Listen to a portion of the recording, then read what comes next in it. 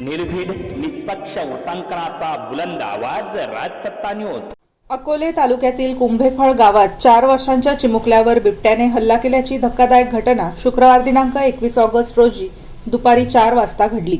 अंकुर प्रशांत कोटकर हा चिमुकला घराजवळ असताना 3:30च्या सुमारास बिबट्याने अचानक त्याच्यावर झडप घातली। बिबट्याने अंकुरच्या डोक्याला चावा घेतल्याने तो गंभीर जखमी झाला।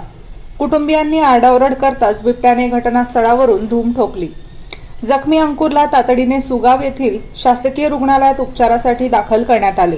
मात्र डोक्याला झालेली गंभीर दुखापत लक्षात घेता त्याला पुढील उपचारासाठी संगमनेर येथील मेडिकवर रुग्णालयात हलवण्यात आल्याची प्राथमिक माहिती आहे।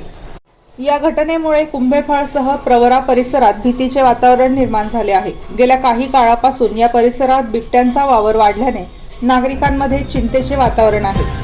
बिबट्यांचा तातडीने बंदोबस्त करून नागरिकांना दिलासा द्यावा अशी मागणी होत आहे। दरम्यान सामाजिक कार्यकर्ते सुमित डेंगळे यांनी घटनेची माहिती अहिल्यानगर जिल्ह्याचे पालकमंत्री तथा जलसंपदा मंत्री डॉक्टर राधाकृष्ण विखे पाटील यांच्या कार्यालयासह संगमनेर मतदारसंघाचे आमदार अमोल खताळ यांना दिली।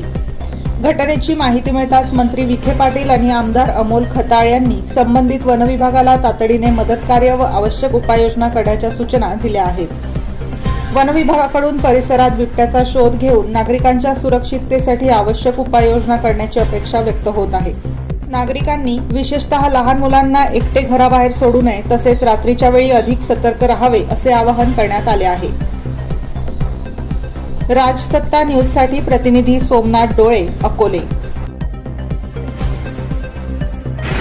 मी प्रशांत अशोक कोटकर, राहणार कुंभेफळ। माझा मुलगा अंकुर प्रशांत कोटकर याला बिबट्याने हल्ला केला। बिबट्याच्या हल्ल्यात तो गंभीररित्या जखमी झालेला आहे। गालावरती 2 ठिकाणी जखमा झालेल्या आहेत। मानेवर गंभीर प्रकारे जखम झालेली आहे। याची वन विभागाने काहीतरी दखल घ्यावी आणि या प्रकारे असा आमच्या घराशेजारी 2-3 महिन्यापूर्वी अशी घटना झाली आहे मुलीची।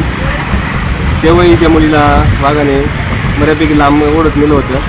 त्याच्यावरही काही कार्यवाही झालेली नाही।